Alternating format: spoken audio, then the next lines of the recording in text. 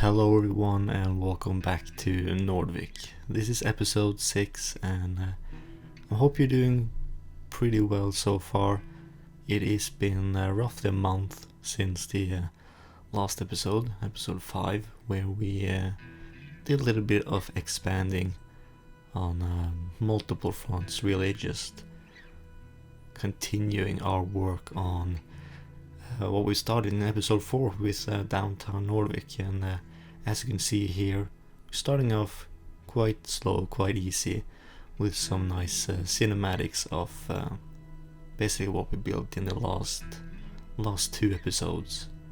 Today's episode is gonna be a little bit more focused on one certain aspect, and that is education. So we're gonna build a lot of different schools in this area, and we're also going to be talking about how public education works in the Nordics. If you don't know, Nordvik is a fictional place based somewhere in Scandinavia. I like to say somewhere because I don't want to really nail it down where it is. I want to draw inspiration from multiple different countries and multiple different cultures, but I'm taking the main inspiration from Norway, Sweden and Finland. These are the countries that are most similar when it comes to geography and also architecture. If you watched this series before, then you probably know what these episodes are all about. They're pretty long episodes, but I do divide them up into chapters, so it makes it a little bit simpler and easier to pay attention. And hopefully you'll be able to watch the whole thing. Maybe not in one sitting, but you can pause at any time. You can spend as long time as you want to watch these videos. Now I have been working on something between episodes, and you're gonna see a pretty cool before and after shot of the area that I have been working on. I didn't record any time-lapse footage of this thing because basically I just wanted to build more suburbs, really, just to get more people into the city and into the region. It's a very low detail, but I felt that you have to build out. So instead of having multiple episodes where we're building suburbs, I'll just do a lot of them off screen. But here you can see we filled out quite a large spot actually, and I'm happy with the result. Now this video is gonna be split up into 5 different parts, where we focus on different kinds of schools in Nordvik, but also in general in the Nordics. So we're gonna have one part of the video where we focus on kindergarten or preschool. I talk a little bit about how that functions in the Nordics, as well as showing time-lapse footage and talking about my builds. Then we're gonna move on to work on some primary schools, or you might call it a grade school or elementary school. Then we're gonna talk a little bit about that, and then we're gonna move on to what a lot of people call middle school. And then we're gonna go over to high school, secondary school, whatever you like to call it. Show off a little time lapse there and talk a little bit more about that. And all the way at the end, it's all about university and colleges and whatever. We're gonna build a reasonably big university in Nordvik. So that's all the way at the end. And then at the very end, or almost at the very end, we're gonna have some in-game shots, and then there's cinematics at the end. So grab yourself some popcorn and some drinks, and sit back and relax and enjoy the episode.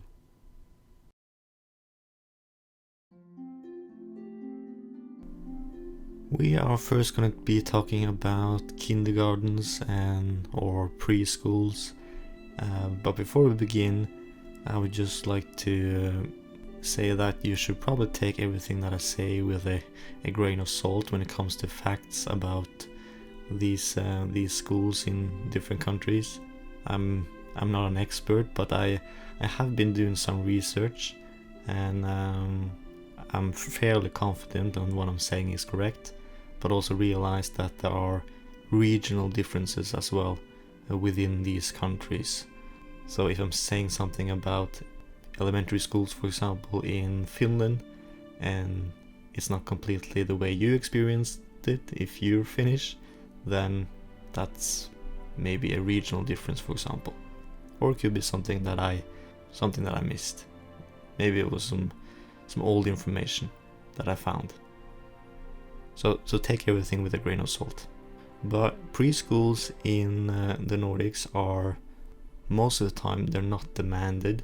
In Sweden, Finland and Denmark, they have 1 year when you are roughly 6 years old, I think, where you have to attend.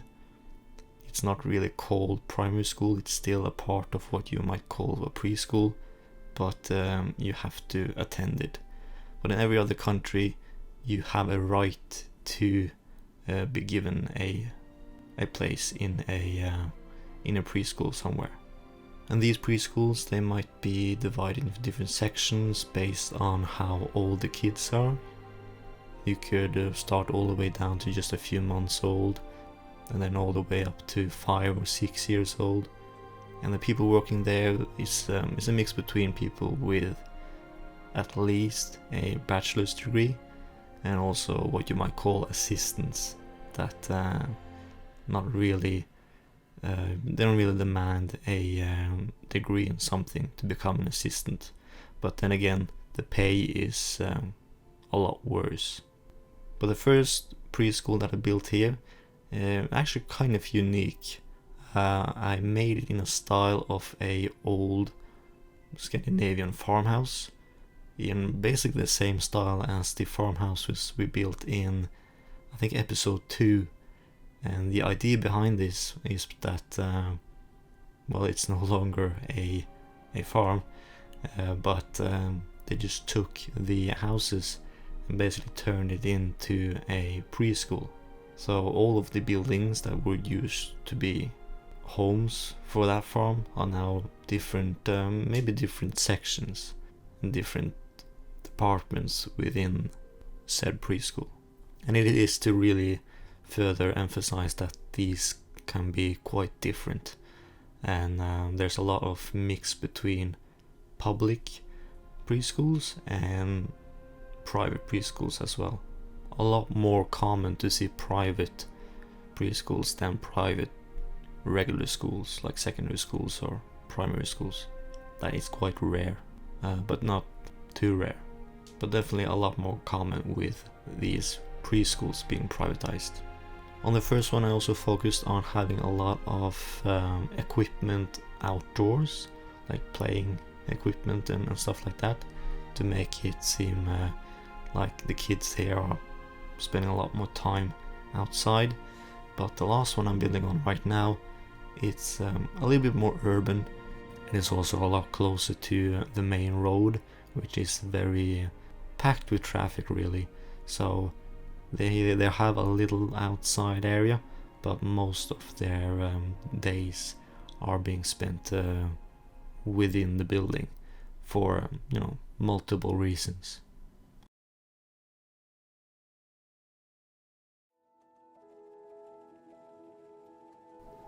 Now let's talk a little bit about primary schools or elementary schools, whatever you should call it. In Norway and Iceland, you start primary at the age of 6 years old. In the other countries, you start at the age of 7. But it's a little bit different because in these other countries, you have to attend a year of preschool, which is sort of a year to really make sure you're ready for school, really. There's not that much difference between these two things. It's not that in Norway and Iceland, you learn more because you start preschool, or you start primary school, you start primary school earlier. It's not really the same. You basically go through the same stuff. It's just that in Norway and Iceland you don't have that 1 year of preschool that you have to take, that the other countries sort of demands. So that means that in Sweden, Denmark and Finland you start at the age of 7. And I also do believe that in Finland you don't really have to take that first year, or the year in preschool. That sort of makes sure that you're ready for school.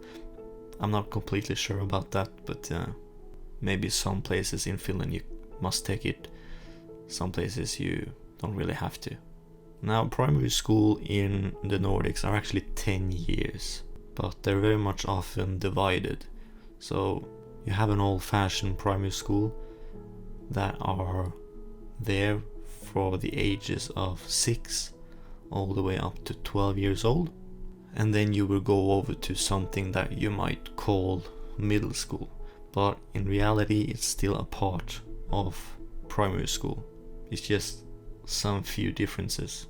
But please don't think about what secondary school is in the UK or what middle school is in Australia or the US. Don't think about that. I'm just using these words because they are more closely resembled to what we have here in the Nordics. But the primary schools that I'm building right now, they are meant for the ages of 6 to 12 years old. So that means in Norway and Iceland that is grade 1 all the way up to grade 7. But in Sweden, Denmark and Finland it is grade 1 all the way up to grade 6. But then again, they all finish at the same age. They finish at the age of 12. Some kids might turn 13 that year, but everyone is the age of 12. The primary schools that I placed down 2 of them, the same amount that preschools I placed down, and I placed them down sort of pretty far away from each other based on where I think most amounts of people will live, because I do want these primary schools to be very close. I want a lot of people to be, or a lot of kids to be walking to these schools, and then have to take long bus rides. That is more common if you are living more rural, but right now and right here it is of course right in the middle of the city. I also wanted a lot of open area nearby the school for the kids to spend their recess outside. And I also built a football pitch right next to the first primary school. Now this pitch doesn't belong to the school. Most likely it belongs to a independent football club or a independent sports team, but most likely they have some sort of arrangement with the school, so it can be used for PE, for example. And you do see that most of the time that schools and sports teams are pretty much near each other at most of the time, because in order to survive for these clubs they need, of course, kids to be members. I also added a mix of newer buildings and older buildings. For example, the first primary school I placed down, as you can see, the building looks fairly new. It is a wonderful asset, and the asset you can find in my Steam collection that I just published a few weeks ago, I think. So you should definitely take a look at that if you are interested in what kind of assets I'm using. But the second school that I placed down, that's actually a vanilla school, or a vanilla building. And I placed it down because I really like it, and it looks very much historical and quite old. And that is fitting because it is placed very much near downtown Nordvik, so you would assume that this school would be quite old and quite historical as well. It's also placed on a hill, so it will have some great views as well.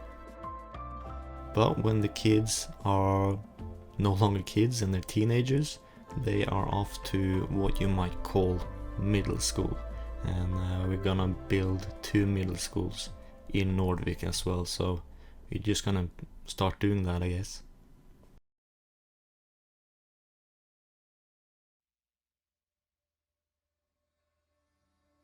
Very close to the second primary school, we're gonna build our first middle school. This will be the largest one in Nordvik, and as you probably can tell from where it's placed, it is also the most central one. So it's gonna be a lot of kids here. I would assume during recess or during lunch there would be a lot of kids just from this middle school.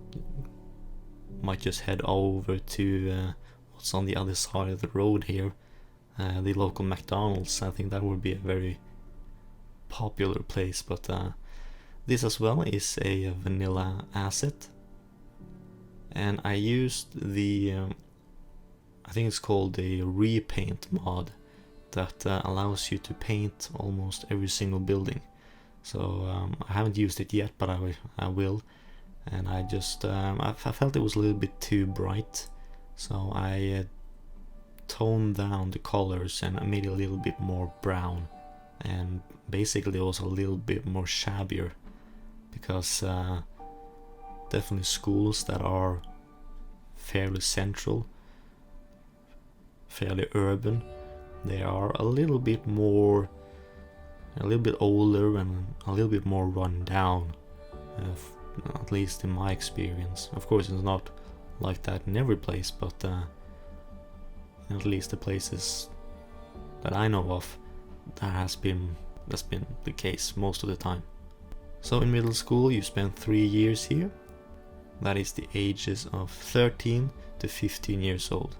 So that means in Sweden, Denmark and Finland that is grade 7 to grade 9, but in Norway and Iceland is grade 8 till 10. I do believe in Denmark and Finland you can take 1 extra year here. I don't know why you would do it, and I don't also think that it's not that popular, but it is able to take 1 extra year here. So that means you're done with middle school at the age of 16. But most people, they just go over to high school. The major difference between middle school and primary school is that you, first of all, you have grades now. In most countries in the Nordics, you don't have grades in primary school. I do believe in some countries you have the option to get grades, and maybe also some places you just have it, I don't know. But in all middle schools, at least the public ones, you do have grades. And you also have now what I might call specialized teachers. So in primary school you might have a teacher in several different subjects, like math, English, PE, Finnish, for example. But here you might only have a teacher in just 1 subject, for example, or subjects that are similar, like math and natural science. These are similar subjects, or Norwegian and social studies, for example. These things. And also at the end of middle school you do take these exams, and the grades that you get here you use to apply for different programs in high school. Now right here I'm not completely sure if that's the case in all of the Scandinavian countries. I'm pretty sure a lot of you people in the comment section will help me out to tell me when I'm wrong, and please do so. But in most cases you do use these grades that you get here at your final exams to apply for these programs. I'm going to talk a little bit more about these programs when we do actually get here, but to talk a little bit about what we're building, you do focus a lot on these larger schools, and definitely this one as well, because you know it's pretty big and it also is very urban, very central, and we're gonna be focusing a lot on these areas. You know, whenever we are showing off some cinematics of Nordvik, at least the city center, this school will most of the time be a part of that shot. So it's important to get some focus on it and get some detail going as well. And I also went ahead and created a park for the area. I have downloaded these invisible park gates and placed them roughly where the entrance to the school is. So you see actually people are walking through the entrance and through to the other side, and then they're walking through these invisible pathways in the back. So you get a lot more movement in that way, and it looks a lot, looks like there are actually people there. And you know, sometimes you do get like seniors walking there with their dogs, and it looks kind of out of place, but most of the time, at least from a distance, it just looks like there's kids out just hanging out during recess. And I also didn't place down any like equipment like swings or whatever, because that wouldn't be necessary. You know, most kids or most teenagers at that time, they mostly just sit at benches and just hang out. And I also placed a little bit larger parking spot for this school, because in most countries you're then allowed to drive certain vehicles, like certain bikes, motorized bikes, scooters and stuff like that, so they would need more parking then. The other school that I'm working on is a little bit further away from the city. It is in the area that I showed off at the beginning, that I worked on between episodes, you know, the before and after shot. So this is still a pretty large middle school, but it's a little bit further away, and it is mainly meant for the kids that are living in the area that I built between episodes and that I showed you in the before and after shot at the beginning of this episode. And here as well, just still wanting to have a little bit of an open area in the back for kids to just hang out, but not filling it with different equipments and stuff like that. Just leaving it very much open.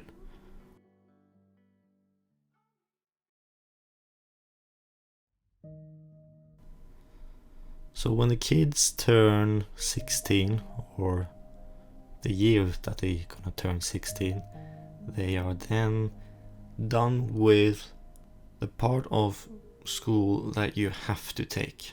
So this is the similar in all the countries in the Nordics. You have to take these 10 years of school. You just have to. Now the next few years, the 2 or 3 years, you don't have to, but you have a right to. And in most of these countries, high school is as well completely free, or it is extremely cheap. For example, in some countries it's free, but you have to pay for your own books, or in other countries it's costs a little to attend. I'm talking like each and every year less than £70, for example, and that also includes books and stuff like that. Now, what's really interesting about high schools or secondary schools, whatever you should call it, in Scandinavia, or at least most of the countries there. You know, I am Norwegian, so I'm very sure that that's the case in Norway, but also in other countries. For example, it's I'm very sure it is like that. But you have high school divided into 2 different programs, if you should call it that. You have the academic program and you have the vocational program. Now, vocational is a new word for me. I didn't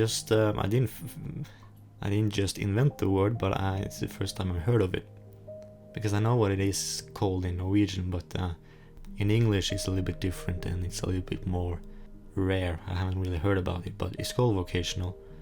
Now, academic is what you might call regular high school. You know, this is where you have your English, your physics, your chemistry, biology, you also might have an extra language like German, French, Spanish, Mandarin. These languages actually come into play during middle school. You can choose, for example, Spanish there or French. And the academic program, it also really just what it is, just lies in the name, and that is meant to make sure that you are ready for college and university at the end of your 3 years. So these academic programs, they last for 3 years, and they're just meant to make you ready to go study at university or college. Then you have something called vocational, and most of the time these are just 2 years long, and these are meant to just make you ready to go directly out into work. Now there's a lot of different vocational programs to choose from. You got, for example, crafts, design and product development, electrical engineering and computer technology, hairdressing, floral, interior and retail design, information technology and media production, sales, service and tourism, and technological and industrial production. Now, not every single high school offers these. If you're really interested in someone, you might have to move in order to go to a school where these different programs are available. And you also have a lot of different high schools that might specialize in like a certain program, completely specialize in the vocational program, that is technological and industrial production, for example. But most of the time you have high schools that have a little bit of everything, but also most of the time the main focus is the academic program. But lately, at least in Norway, it's been a lot of focus on these vocational programs, simply because there's not a lot of people, or there's a lack of people ready to go into work on these certain programs or these certain jobs. A lot of people are studying, and that is probably good in the long run, but right now there's not a lot of people actually working. And when you're studying, you might be studying for 3, 5, maybe even 8 extra years. So yeah, at least in Norway, it's been a lot of focus on getting more people involved in these vocational programs. You also have some high schools that are specializing in sports, for example. They might have a academic program like any other school, but they also have one extra subject within that program that might be like PE with focus on football, for example. That is a very popular one. I know that was a option to take at my high school, and looking back at it, I felt like I should have taken it, because just playing football every single day, that should have been fun. but I didn't take it, sadly. But that is many years ago now. But the high school that we're working on right now is it's a main high school in Nordvik. It is by far the largest, and most of the young adults, you might call them, in Nordvik, they are enrolled into this school right here. I also did the same technique with building a park using the assets that you can find from the Park Life DLC, and building that park in the back so we get more people walking around, not just in front of the school but also in the back, because without that it looks kind of empty since there's not a lot of people in Nordvik. And it also placed down a very big parking lot, really, because most of the students here, they are in like the ages of 16 and all the way up to 19, and at the age of 18 in the Nordics you can take your driver's license. So a lot of people, they do drive to school in the last 2 years of their time at this school. So need a lot of parking spaces because a lot of people are working here, of course, and they have to drive, but a lot of people are also just driving as students as well. They maybe don't even have to, but they just got their driver's license and it's fun to drive. And I know I had the option to take the bus to school, but I think my last year I never did, because I had a car available, so why wouldn't I just drive to school? Even though that meant that I was sitting in traffic for like half an hour after school ends. But in the end, I think it was worth it. I also placed down multiple buildings in this area, so that not everything would be under the same roof. So maybe that one smaller building that I placed down closer to the road, maybe there's just one certain vocational program in that building. And I also placed down a pitch in the back, football pitch, as well as a track for running and different kinds of track and field sports, if you might call it that. The second high school is actually fairly close. I think in certain shots you can see the other high school in the back. Now, I haven't really thought too much about this, but perhaps this high school is a little bit more specialized on certain programs. I also know that a lot of high schools, they are specialized towards students that might struggle at a regular school. Not everyone fits in the way that most public schools are being set up in several different countries. So what you do see then is a lot of they're not necessarily all private, but a lot of them might be. But these high schools that are more focused on kids that might have different kinds of learning disabilities, for example, or they might not even have that, but they might just not do very well in a quote unquote regular school. It's not really fair calling it regular, because really no one is normal, but a lot more people are one way, and then that might be called normal. But it's a whole different thing. But perhaps this school it's more focused on people that might struggle at a normal. I don't mean normal, but a more traditional, probably a more traditional high school. So they might go a little bit more slower when it comes to teaching, and they might have different kinds of teachers. You probably need some sort of extra education in order to be able to properly function here as a teacher. But to mention what I'm building on screen, also did the same thing here by turning it into a park and creating or building some pathways in the back to create movement, as well as placing down, for example, a gazebo to really just lure people to come here and to walk around, so it looks a little bit more alive. And also just filling it in with some trees to make it a little bit cozier in the back. And once I'm done with just that, we're gonna go over to the university in Nordvik. which is a little bit further away.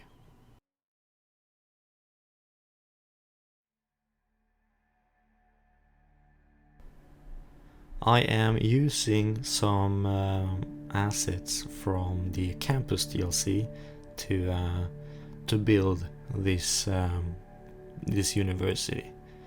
Not completely sure what it's called. University of Nordvik is probably one of the simpler names, but also one of the more probably realistic names. But in order to make it function like a university in this game, I had to place down sort of one of the main buildings in these campuses from the campus DLC. And what's really difficult about that is they're too American, really. They are too not really American, but they are very big. And I didn't want this to be a huge university. It might have turned out a little bit bigger than I first thought and wanted, but I did splice together a lot of buildings. I sunk a lot of them down. I'm also writing here, please name this university, so feel free to give it a name in the comment section. But I just placed down a lot of different kinds of the assets from campus DLC. I think it's this trade school, possibly, maybe, and basically just try to slice them together to make sure that they could possibly fit. So you're gonna see me struggle quite a lot to make sure that I am, when I'm splicing, I'm sort of also hiding away the imperfections to make it look like there's actually one huge building instead of what you might clearly see as being multiple buildings sliced together. Right now it's a mess, but I did work quite a lot on this to make sure that it looked fine. And I also used some procedural objects to make it look a little bit better, and by further hiding these imperfections, for example. And in the end it turned out pretty great. Maybe a little bit too big, possibly, but then again, Nordvik is a big region, and it might also be a lot of students from nearby regions going to study at this university. Now, this is what you might call higher education. After you're done taking your academic program at high school, if you want to, of course, then you'll apply to one of the programs at this university, for example. And when you're talking about higher education, you also have you can just put into two different categories. And I'm gonna call it, you have universities and you have colleges. Now I know in the US, for example, a college is what you might call a university in another country, and it's just a mess. But I'm gonna use those words, not referring to what a college is in the US, but rather what a college might be in Norway, for example, or Sweden. But definitely a university and college in the Nordics, they're pretty much the same. They can have the same sort of programs, but the main difference, there are multiple differences, but the main difference is that a university, they often also produce their own research. So they're not just a place to teach, but they also do their own research. And also in most cases you have professors teaching in universities. These are professors like PhD and stuff like that. Not all the time, of course, but most of the time they are the ones doing all the teaching. Was in what you might call a college, you don't have to have that PhD degree in order to teach. Colleges also might be a lot more focused or specialized on a certain program. You might have for example, I know of a college that's completely dedicated to the program of educating teachers, for example, teachers in preschool and the early stages of primary school. You might have universities that also have that program, but then you can also have colleges that just specializes in that program. And there are no public universities, at least in Norway. You know, how much money they get is all about how much money they are given in like by the government. So they don't have any private people handing them money, for example, and no sponsors like that. It's all through the public sector, whilst colleges might be completely private. Now these colleges, they're also very much expensive. You do get a little bit covered when you go there. You apply for like a scholarship and you get a little bit covered, but most of the time you get money in order to pay the fee to go there, but then you have to pay it off after a while.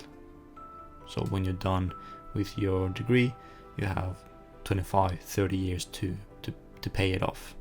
And these kinds of student loans, they are most of the time very cheap, a lot cheaper than loans for cars and real estate, for example. And I also wanna rant a little bit because I find it annoying that a lot of, especially Americans, they say that in the Nordics you have free college or free university, like it's completely free. And that's not the case, not at all. Like the university that I went to, it is the largest in Norway.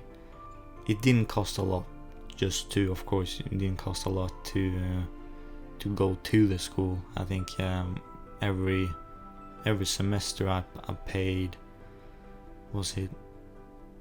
I think it was around £80, for example. But I didn't pay it. It was already a part of my student loan to pay that amount, because you get more loan during the months of August and January, where a new semester starts. So you're able to pay these fees. But on the university that I went to, it wasn't that big of a fee, for example. But then again, you know, these are just loans. You have to pay it back at some point. So it's not free, but it is most of the time, at least the larger public universities, very, very cheap. But then again, in most cases, you'll have to move, right? You have to move somewhere to a different city, a different part of the country, in order to attend that university. And no university gives you a place to live.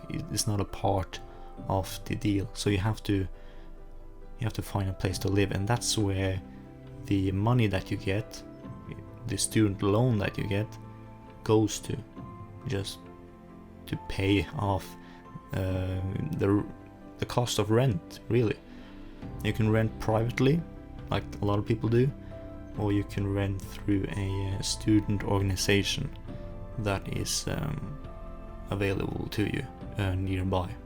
So in most cases, all the money that you get every single month goes to paying the rent for that month, whether that be through a apartment that you live in, that you rented privately, or if it's an apartment that you rent through a student organization. So most people, or most students, they have to have a part-time job if they really want to live on something else than crackers and noodles. But a lot of people do that as well. Now, these student organizations, they aren't just there for providing apartments that you can live in, but they also have a lot of different sort of groups or programs, really just to give a lot of students something to do on their free time. Because a lot of students are in the same position as others. They might have moved a long way to a brand new city and they don't know anyone. So it's all about giving people a chance to, socialize with others. So you could, for example, join a football team, for example, that your student organization has and runs, or you could join a dance group or a choir, for example, or any kind of band, orchestra, whatever. These student organizations, they don't just do one thing, they do a lot of different things, and they also are completely run and operated by students, and they are also not allowed to make any profit. They do get funds from the school itself, or that means they get funds through the state, and they're allowed to use that, of course, but not allowed to end up with a profit at the end of the year. So everything really just goes back to the students.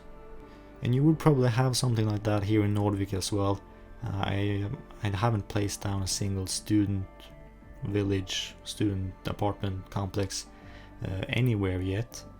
So I might, now as I have built the university, I might actually also build some sort of student village in order to make sure that these students have a place to stay. But I would assume a lot of these students would rent an apartment in downtown Nordvik, or at least nearby.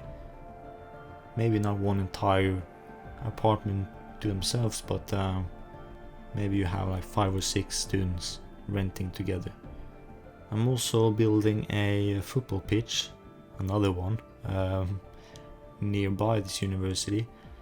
Now this pitch, I don't think, or I know it's not owned by the university, at least that's what I thought when I was building it. This pitch was probably there before the university, or at least before the university grew to the size that it is today. But I'm pretty sure that the club that runs this football club, they do probably have some sort of arrangement with the student organization, and they probably have a close relationship with the students. Like a lot of students might be playing there at their first team, or they might coach a team down there, like coach like younger kids, for example. And I also placed down a gym nearby, like on the corner, and also a swimming hall or aquatic center. I first placed down a aquatic center from the campus DLC, and then removed it and replaced it with a aquatic center that I found on the workshop. It is based on a real aquatic center and hotel in Norway, but I did do some detailing around it, but eventually I felt it was too out of place. It was too big of a hotel, and yeah, it seemed like a waste placing it there. So I haven't filmed it, but I just removed it at the end and replaced it with a empty field, basically. So it would be like a farming field, to just further emphasize that right now we're not in the city, we're in a more rural area. So you got, a farming field, and I also placed down a lot of trees around here to make it look like it's really like in the middle of the forest as well. And I also have a train line going right past. I am going to build a train station there, but that is going to be in a later episode where I'm focusing on public transport.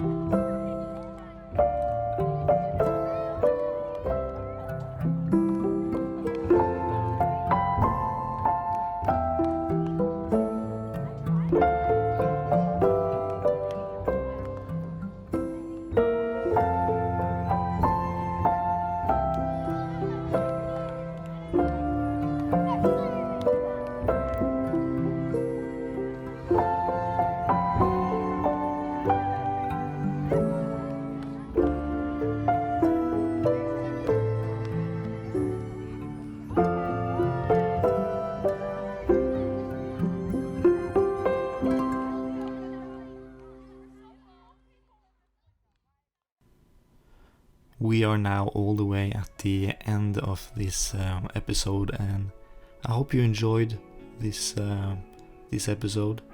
Hopefully you might have learned a thing or two, or maybe this has sort of brought up some memories from when maybe you were in primary school, for example, in Norway somewhere, for example.